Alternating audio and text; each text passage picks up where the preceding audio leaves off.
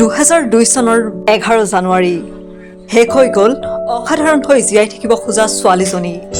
সেইদিনা ভগ্নী হাৰা হৈছিল অসমৰ হাৰ্টথ্ৰব জুবিন গাৰ্গ।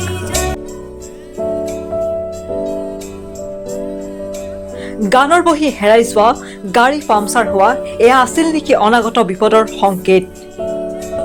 এই সকলোবোৰ ঘটনা ঘটিছিল দুৰ্ঘটনাৰ কিছু সময় পূৰ্বে জংকী বৰঠাকুৰ আৰু বন্ধুবৰ্গৰ সৈতে। স্বাগতম জনাইছো মিনিট মাইণ্ডৰ অন্য এটা ভিডিঅ'লৈ। মাতৃক হেৰুৱাই বেদনা সহি থকা বুকুখনত আকৌ এবাৰ জ্বলি উঠিল একুৰা জুই। এক কোমল ঢৌৱে জোকাৰি যোৱাৰ প্ৰায় 1 বছৰৰ পাছত পুনৰ ঘটিল আন এক ঘটনা। সেইদিনা বাতৰি কাকতত বৰ্বৰ আখৰেৰে লিখা হৈছিল, এক সংগীতানুষ্ঠানলৈ গৈ থকাৰ সময়তেই দুৰ্ঘটনাত পতিত হৈ মৃত্যু হৈছিল জুবিন গাৰ্গৰ ভগ্নী জংকী বৰঠাকুৰৰ। চকুৰ আগতে ভগ্নীৰ মৃত্যু দেখি ভাগি পৰিছিল অসমৰ হাৰ্টথ্ৰবগৰাকী। এই ঘটনাৰ ঠিক এবছৰৰ পূৰ্বে জুবিন গাৰ্গে হেৰুৱাইছিল নিজ মাতৃকো। সেইদিনা গাড়ীত গৈ থকাৰ সময়ত জুবিন গাৰ্গে আলোচনা কৰিছিল বৌদ্ধ মৃত্যু আৰু জীৱনৰ কথা। জংকী বৰঠাকুৰ আছিল জুবিন গাৰ্গৰ ভগ্নী। ইলা বৰঠাকুৰ আৰু কপিল বৰঠাকুৰৰ 3টা সন্তান হৈছে জুবিন গাৰ্গ, জংকী বৰঠাকুৰ আৰু পামী বৰঠাকুৰ। জংকী বৰঠাকুৰে নিজ প্ৰতিভা, নিজ কৰ্মৰে গঢ়িছিল নিজৰ পৰিচয়। নাটক, অভিনয়, সুগায়িকা আৰু এগৰাকী সাহসী যুৱতী আছিল জংকী বৰঠাকুৰ।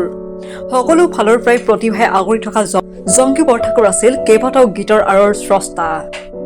তেওঁ সুৰ দিছিল, কথা দিছিল আৰু অসমবাসীৰ হৃদয় জিনিছিল। 1996 চনৰ সময় উজানৰ প্ৰীতি নামৰ এলবাম এটাত গায়িকা হিচাপে আত্মপ্ৰকাশ কৰিছিল জংকী বৰঠাকুৰে। 90ৰ দশকত জুবিন গাৰ্গ আৰু জংকী বৰঠাকুৰৰ দ্বৈত কণ্ঠৰ বহুকেইটা গীতেই ৰাইজৰ মাজত ব্যাপক সমাদৰ লাভ কৰিছিল। আজিও বহুতৰ মুখে মুখে জুবিন জংকীৰ কণ্ঠৰ আউসীৰ জোন মোৰ, মুগ্ধ হিয়া মোৰ, অন্ধ আকাশ, তুমি চালেই জানা আদি গীতসমূহ।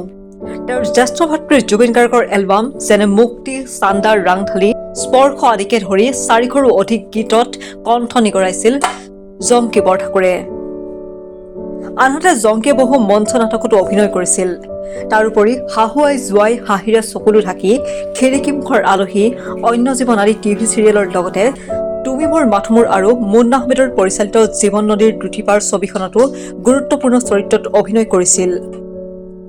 জংকী বৰঠাকুৰৰ প্ৰিয় গীত কোনটো আছিল জানেনে বাৰু? ডায়েৰীত লিপিবদ্ধ কৰি গৈছিল সকলো কথা, জীৱনৰ কথা, নাটকৰ কথা। দুটিপাৰ ছবিখনত জংকী বৰঠাকুৰক ট্ৰিবিউট কৰা হৈছিল। আনহাতে ভগ্নীৰ স্মৃতি বুকুত বান্ধি 2002 চনৰ অক্টোবৰ মাহত জুবিন গাৰ্গে মুক্তি দিছিল শিশু নামৰ এটা এলবাম।